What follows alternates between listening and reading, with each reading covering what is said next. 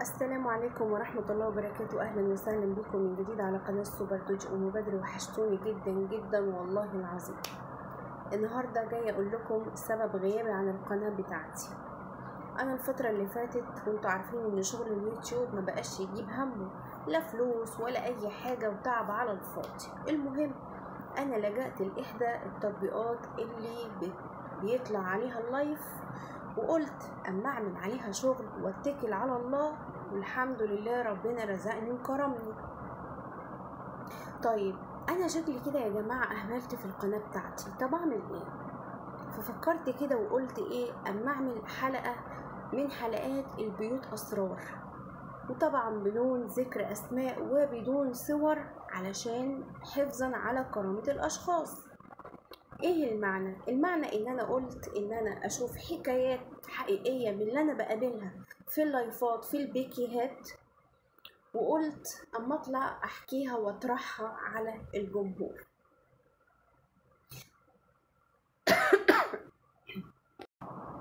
عفوا.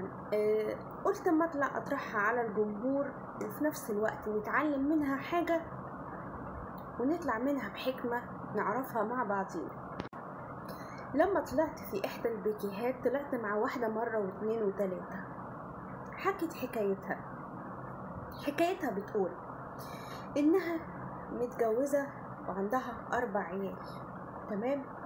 فاخدت بعضها هي وجوزها وعيالها وراحوا اسكندرية، قعدوا من غير عفش ولا غير هدوم ولا اي حاجة، يعني بصراحة كده بشنطة هدوم صغيرة، وراحوا بيها شقة ايجار مفروش، وسابت عفشها وحاجتها ومالها وحكايتها وروايتها في مصر.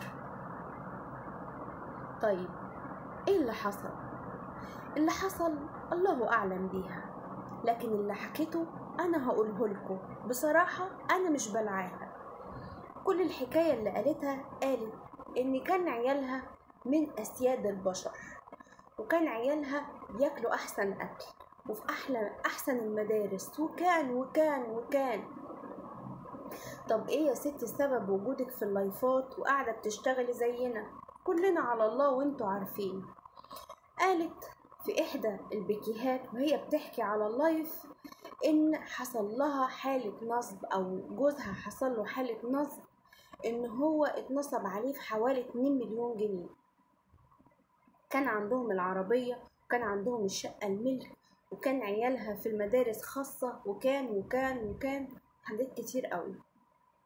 طيب انتي ساكنة في القاهرة، ايه اللي يخليكي تاخدي عيالك تروحي بيهم اسكندرية وتقعدي بيهم هي انتي وجوزك وال4 عيال، وتسيبي اهل القاهرة؟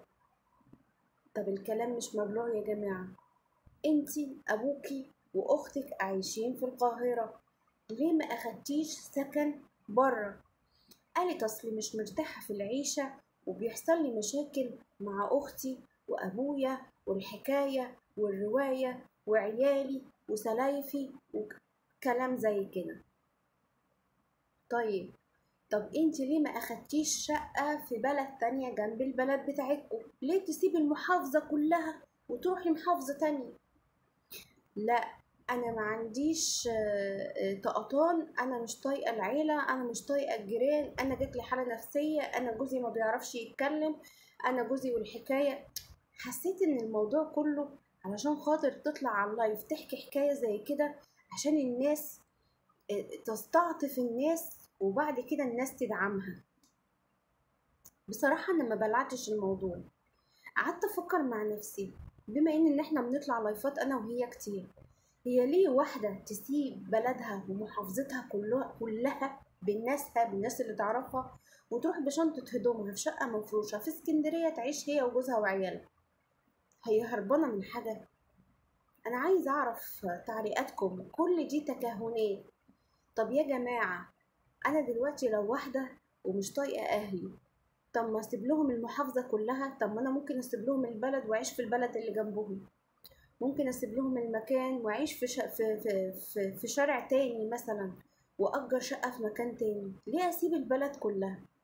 والغريبة ان في بعض اللايفات بتقول انها علاقتها مع أختها متوترة، في لحظة تانية تلاقي علاقتها مع أختها كويسة. طب بتعرفي منين يا مبادئ؟ أقول لكم بعرف من اللايفات، لأن هي بتطلع باللايف في بيت أختها.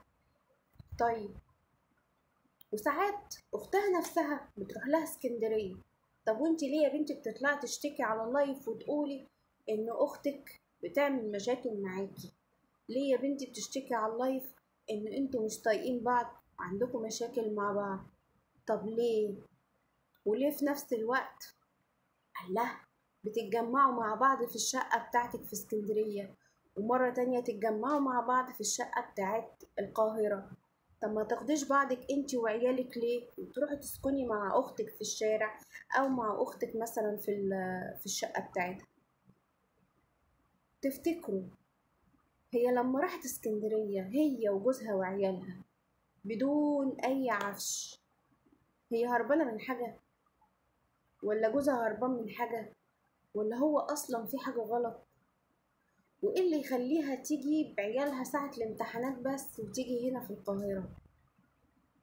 هل لو انتوا مكانها وعندكم مشاكل خاصة تسيبوا المحافظة كلها، المحافظة اللي فيها اختك وفيها ابوكي وفيها عيلتك، تسيبوا المحافظة كلها وتروحوا محافظة تانية وعيالكم تكون بلا اهل في مكان محدش يعرف فيه اي حد؟ لو انتوا مكانها هتعملوا كده؟ عايزة اعرف تعليقاتكم في الكومنتات. ولو انتوا عايزيني اكمل في الحلقات دي وكل مشكلة اصادفها في اللايف اللي انا بقابله في التطبيق اللي انا بشتغل فيه اطلع احكيها لكم ونتناقش فيها، يا ريت تشجعوني في الكومنتات. مع السلامة.